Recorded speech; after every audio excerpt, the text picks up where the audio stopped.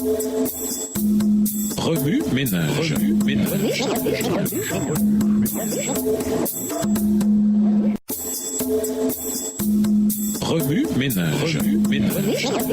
Bienvenue dans votre émission Remue ménage. Nous voilà à la leçon de dimanche. Donnez à Jésus la première place. Préoccupez-vous d'abord du royaume de Dieu et de la vie juste qu'il demande. Et Dieu vous accordera aussi tout le reste. Matthieu 6, verset 33. Ce verset, sans doute celui qui nous est le plus familier, conclut le passage où le Christ enseigne à la foule ce dont elle devrait réellement se préoccuper. Ne nous inquiétons pas, dit-il, pour notre vie. Matthieu 6, verset 25. Ne nous préoccupons pas de ce dont nous serons vêtus, verset 28, et ne nous inquiétons pas de la nourriture ou de l'avenir, les versets 31 et 34. C'est le monde qui recherche tout cela. En d'autres termes, ce sont les préoccupations centrales sur lesquelles l'économie, les gouvernements, les sociétés et même les civilisations se basent. À travers l'histoire, c'est l'acquisition de biens, la sécurité de la paix, la protection contre les éléments naturels et la garantie de l'existence future qui a motivé les êtres humains. Ces choses matérielles deviennent centrales et les préoccupations spirituelles deviennent périphériques.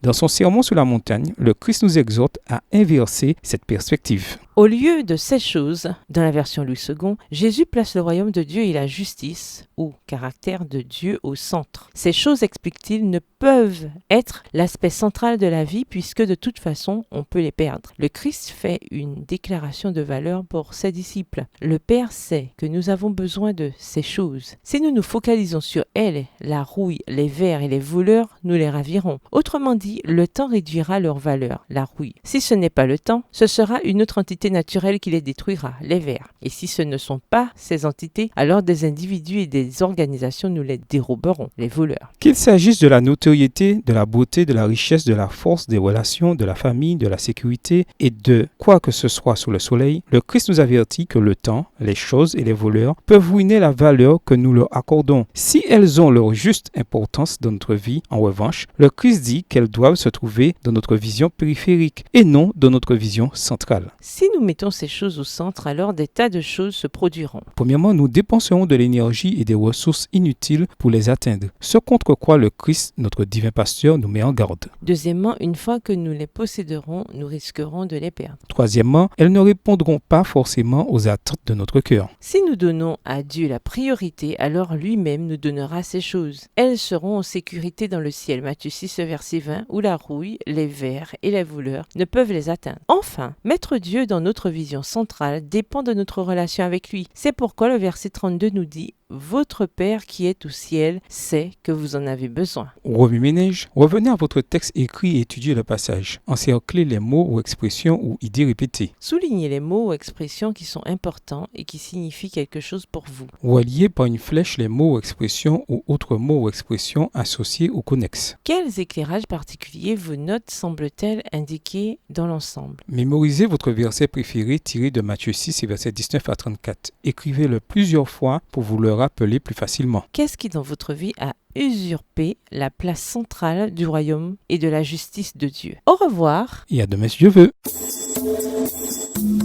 Remue ménage. Remue ménage.